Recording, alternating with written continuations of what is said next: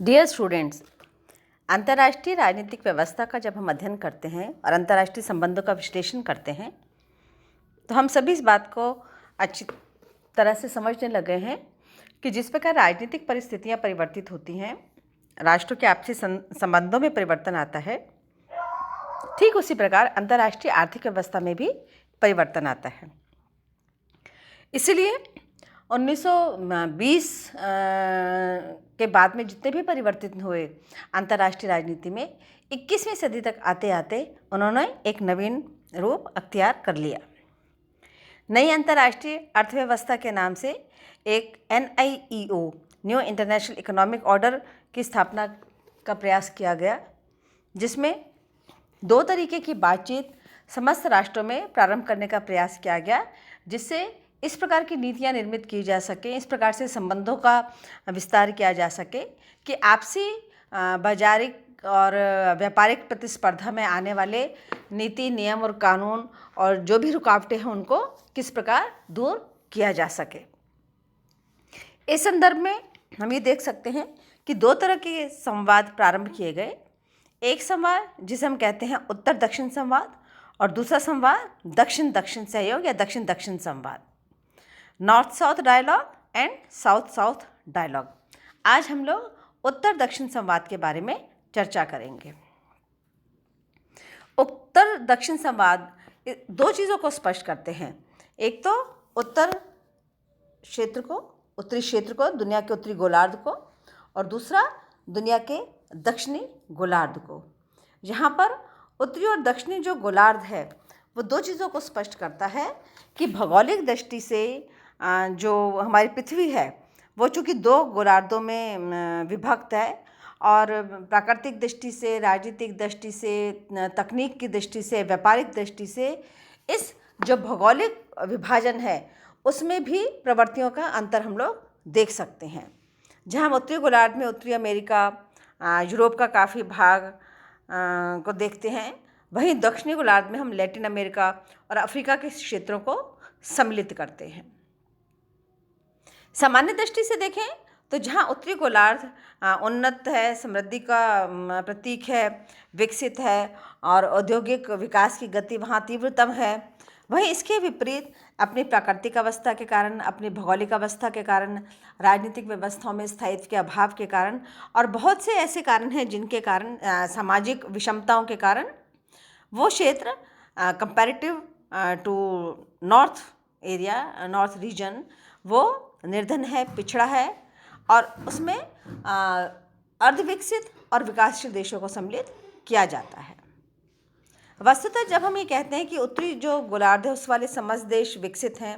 और दक्षिण गोलार्ध वाले तुलनात्मक दृष्टि से कम विकसित हैं, बल्कि विभिन्नता और गरीबी और आर्थिक शोषण को भी व्यक्त करते हैं, तो ये प्रयास किया गया कि दोनों गोलार्धों के बीच में, दोनों क्षेत्रों के बीच में, दोनों भौगोलिक जो एक वर्गीकरण है उसके बीच में ऐसा प्रयास किया जा सके, ऐसा संवाद स्थापित किया जा सके, इस तरीके की पारस्परिक विचार विमर्श को प्रारंभ किया जा सके, जिससे जो पश्चिम के विकसित देश हैं, जो समृद्ध देश हैं, तकनीकी दृष्टि से जो उन्नत देश हैं, वो उन समस्त राष्ट्रों की किसी प्रकार से आर्थिक रूप से, तकनीकी रूप से, रणनीतिक रूप से सहायता कर सके, जिसे हम विकासशील या तीसरी दुनिया के देश मानते हैं। चूँकि अंतर्राष्ट्रीय संबंधों का मूल आधार अर्थव्यवस्था हो जाती है, तब यह आवश्यक होता है कि कोई भी विकसित राष्ट्र उन राष्ट्रों के भी विकास में अपना योगदान दे, क्योंकि वहाँ पर हो सकता है मूलभूत सुविधाएं नहीं हो, मूलभूत संरचनाएं नहीं हो, लेकिन प्राकृतिक संसाधनों की बहुलता हो या भौगोलिक दृष्टि से उनका जो महत्व होता है वो इतना अधिक हो, तो उनकी जो भूमिका है उसको अंतर्राष्ट्रीय संबंधों में इग्नोर नहीं किया जा सकता। तो जो पश्चिमी और विकसित देश हैं, जो मूलतः उत्तरी गोलार्ध में आते हैं, जहाँ उनके पास अच्छी बचत है, पूंजी निर्माण है, तकनीक है, आविष्कार है, तो इसके अंतर्गत संयुक्त राज्य America, Canada, England, France, Germany, इन समस्त राष्ट्रों को हम लोग सम्मिलित करते हैं। लेकिन भौगोलिक विषमताओं के कारण के साथ साथ जो इनके जनसंख्या का अनुपात है, जनसंख्या की जो भूमिका है, जनसंख्या को एक मानव संसाधन के रूप में अगर हम एक महत्वपूर्ण कारक मानते हैं, तो जहाँ जनसंख्या का विस्फोट मिलता है, कहाँ पर? दक्षिणी गोलार्ध में जनसंख्या आप वैसे देख लीजिए, एशिया और अफ्रीका में मैक्सिमम जनसंख्या है पूरी दुनिया के, अगर कंपैरेटिव हम लोग डेटा को कंपेयर करते हैं। पूंजी की कमी है, प्राकृतिक संसाधन बहुत हैं, लेकिन जो परिष्कृत संसाधन है, तकनीक साधन है, उसका अभाव है। निर्धनता है, बेरोजगारी है, सामाजिक विषमताओं के कारण जो कृषि आधारित अर्थव्यवस्था है उसका भी जो पूरा प्रतिफल है, चूँकि मानसून आधारित रहती है अधिकतर जगह एशिया कंट्रीज़ में भी, तो उसका पूरा प्रतिफल या जिसको कहते हैं कि पूरा लाभ इन क्षेत्रों को प्राप्त नहीं हो पाता। फलतः अपनी एक रूढ़िवादी सोच के कारण भी ये क्षेत्र नवीन प्रयोगों के प्रति उतने प्रगतिशील दृष्टिकोण नहीं रखते। तो ये जो विभेद है आर्थिक दृष्टि से दोनों क्षेत्रों के बीच का विभेद है, इसको एक चुनौती मानते हुए उत्तर दक्षिण संवाद, नॉर्थ साउथ डायलॉग प्रारंभ करने का प्रयास किया गया। और जिसका मूल उद्देश्य क्या था कि किसी भी प्रकार से उत्तर के जो उपलब्धियां हैं, उत्तर का जो जिसको कह सकते हैं कि आप विकासवादी दृष्टिकोण है, उत्तर के जो प्रयोगधर्मी वैज्ञानिक तकनीक है, उसका लाभ हम अपने दक्षिण गोलार्ध के देशों तक पहुंचा जाए। जहाँ तक हम जनसंख्या और उसके अनुपात की दृष्टि से देखते हैं तो विकासशील राष्ट्रों की जनसंख्या विश्व की जनसंख्या का 73.6% है, जबकि विश्व के कुल उत्पादन में उसका हिस्सा 21.5% है। तो उत्तर की आबादी तो कम है, लेकिन उत्पादन में जो उनकी भागीदारी है वो अधिक है। तो विकासशील राष्ट्रों की इस प्रवृत्ति के कारण जो वहाँ की प्रति व्यक्ति आय है वो भी तुलनात्मक दृष्टि से कम मानी जाती है। क्योंकि जो दक्षिण के विशाल जो विकासशील राष्ट्र हैं वो स्वयं ही अनुभव करने लग गए थे कि उत्तर के राष्ट्र उनकी सहायता नहीं करते, या विकसित राष्ट्रों द्वारा यदि उनको तकनीक का उदारतापूर्वक निर्यात किया जाए तो वो भी ऐसे संसाधनों का विकास कर सकते हैं जिससे उनका उत्पादन बढ़ सकता है। और उत्पादन बढ़ने के साथ में मानव संसाधनों के शिक्षित होने के साथ में तकनीक की दृष्टि से पारंगत होने के बाद में वे भी अपना विकास एक स्वतंत्र रूप से कर सकते हैं। इस दृष्टिकोण को ध्यान में रखते हुए जो उत्तर दक्षिण संवाद प्रारंभ किया गया, मूलतः हम देखते हैं 1973 के अंत में कुछ औद्योगिक मूल्यों को लेकर, औद्योगिक प्रश्नों को लेकर इस प्रकार का संवाद प्रारंभ किया गया। और अगर मोटे आंकड़े के तौर पे देखा जाए तो अंतर्राष्ट्रीय मुद्रा कोष और अन्य वित्तीय संस्थान जो विकासशील देशों को जितना ऋण देते हैं उससे कहीं अधिक ऋण से वो ब्याज और भुगतान के रूप में उनसे वसूल रहे थे। तो विश्व विकास आंदोलन की एक रिपोर्ट के अनुसार विश्व बैंक में वर्ष 1992 में भारत, पाकिस्तान और बांग्लादेश को कुल 3 अरब डॉलर का ऋण दिया, परंतु ऋण के ब्याज और भुगतान के उपरांत इन देशों को वस्तुतः मात्र 88 करोड़ 50 लाख डॉलर ही प्राप्त हो सके। तो इस वित्तीय संस्थानों की इस नीति के कारण ही ऋण का उद्देश्य ही मूलतः समाप्त हो जाता था। फलतः ये दबाव पड़ने लगा, इस तरीके का अंतर्राष्ट्रीय स्तर पर प्रयास किया जाने लगा कि किसी भी प्रकार से इसको नियंत्रित किया जाए या एक नए मार्ग को स्वीकार किया जाए।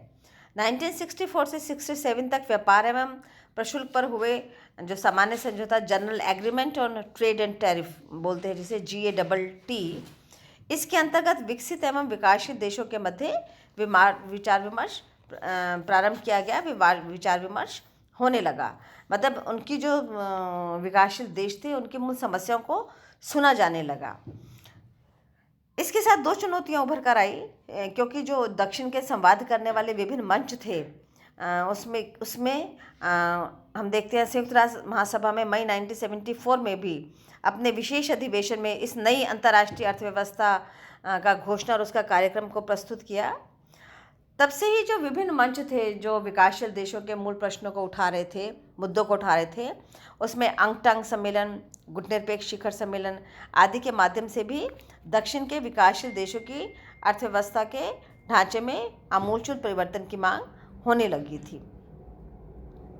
वस्तुतः अंगटंग, निर्गुट शिखर सम्मेलन और जितने भी और जो सक्रिय मंच थे जिसको हम मान सकते हैं, जो ग्रांट आयोग वगैरह थे, वो सब भी इस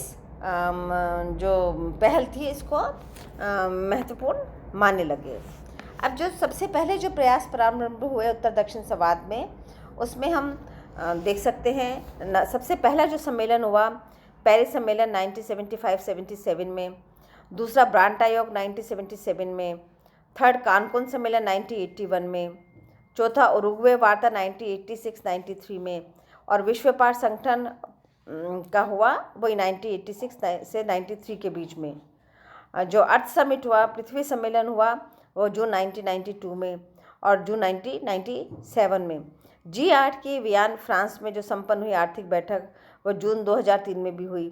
तो G20